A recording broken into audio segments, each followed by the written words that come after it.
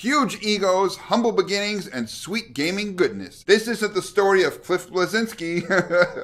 This is Indie Game the Movie.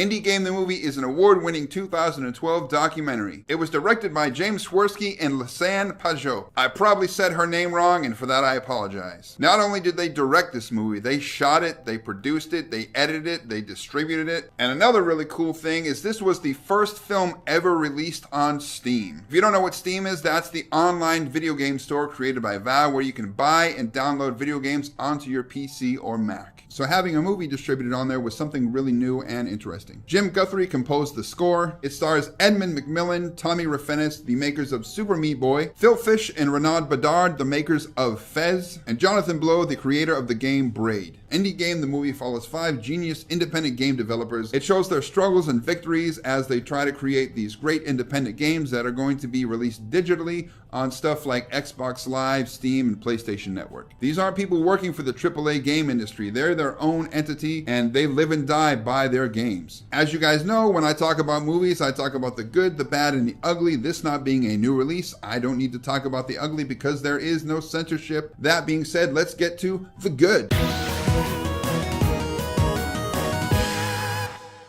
The introduction of this film is really attention-grabbing. It kind of braces you for what you're going to go through with these developers as the film progresses. After the intro, you'll notice that the movie is just filled from end to end with beautifully shot B-roll. Jim Guthrie's score that accompanies the film is great. It adds a bit of that gaming nostalgia feel and keeps the film grounded as well. I really loved seeing the different philosophies and personalities of all these different game developers. To me, this is one of the more important documentaries that I've seen. Yes, it's not world-changing, it's not about hunger or homelessness or anything like that, but gaming is something that billions of people all over the world enjoy, be it on their phones or on their consoles or on their computer or Mac, whatever. Games are an important part of everyone's life. So to see how games are made and the things that people go through to make them happen was pretty intense. And it really shows that hard work can pay off for a creative developer. At the same time, 1 or 2 little mistakes, not even by the developers, it could be by the company that's publishing it or whatever,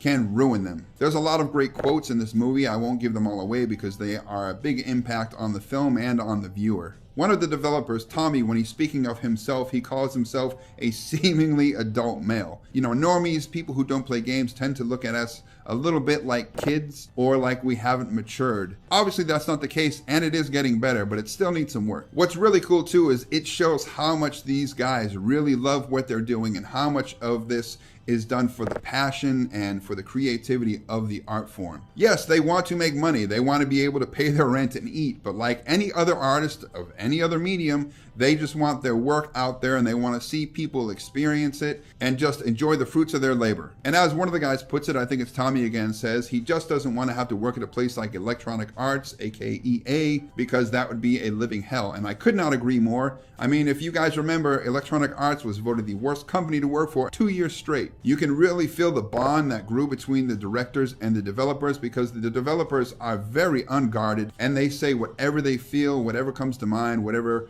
is from their heart. It really lets you into the mind of the artist to see what they think about, how they feel about things. I, being a filmmaker, photographer, graphic artist, and writer, really identified with a lot of what they had to say. But one of the things that I don't have to deal with that these guys have to deal with is trolling. These guys, they're just trying to finish their games and people are trolling the hell out of them on their websites and social media and everything else. They're nagging them, asking them when the games are going to be done and all this kind of stuff. Stuff that they don't normally ask the big developers. Here you are, you know, it's a team of 2 people or 1, and people are hounding them and telling them that they hate them and they hope that they die and all this kind of crazy stuff just because they haven't finished the game yet. Why not be patient, let the developer do their thing so you can get a great product, a great game, so that they don't rush and you don't get something that was a little messed up like, Mass Effect Andromeda, or basically every game by Bethesda or Ubisoft at the beginning of its cycle. When they show the process of the actual development, it's very intricate and very intimate,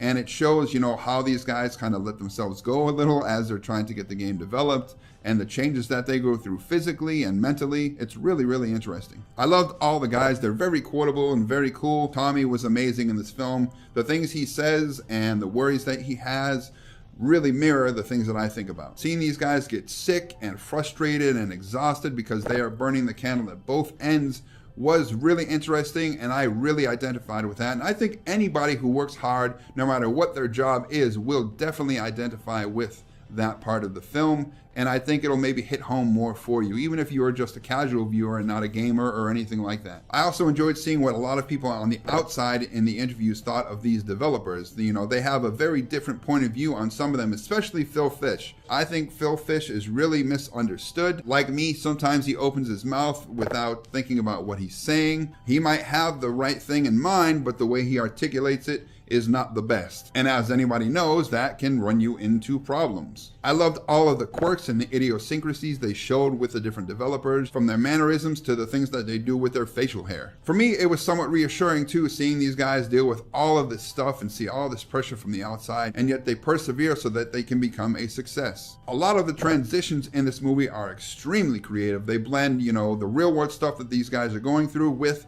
their games. And I thought that was executed very nicely. It's all very natural, it's all very imaginative, and I love the cinematography. Really, it was just nice to see people working hard and trying to achieve their dreams. Of course, if you are a gamer, you know what happened with all of these guys and all of their games. Just nice to be happy for them, and that's what life is about. It's about finding happiness in the small things, and it's about art. Art makes the world better. Art is the seasoning of life. It makes life more tasty. It makes it worth living. Video games to me are like a fine art. They are an amalgamation of all these different art forms into one final beautiful product. Okay, sometimes the final product's not always beautiful, depending on who the developers are. With all that good out of the way, let's get to the bad.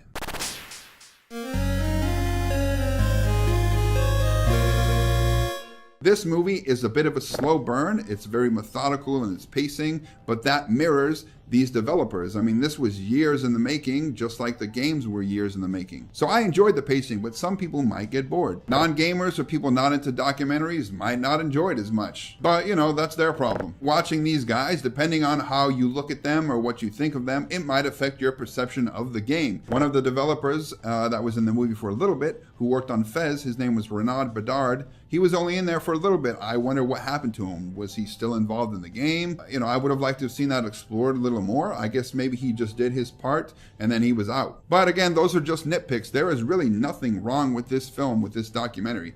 It's done very well. The cinematography and the editing are fantastic. The musical score, everything you want in a film, especially in a documentary, is on point in this film. Plus, it's about video games. People always say there are no good video game movies. This is a movie about video games, and it is f***ing awesome. So with all that being said, what is the score? Drum roll, please. 9 out of 10.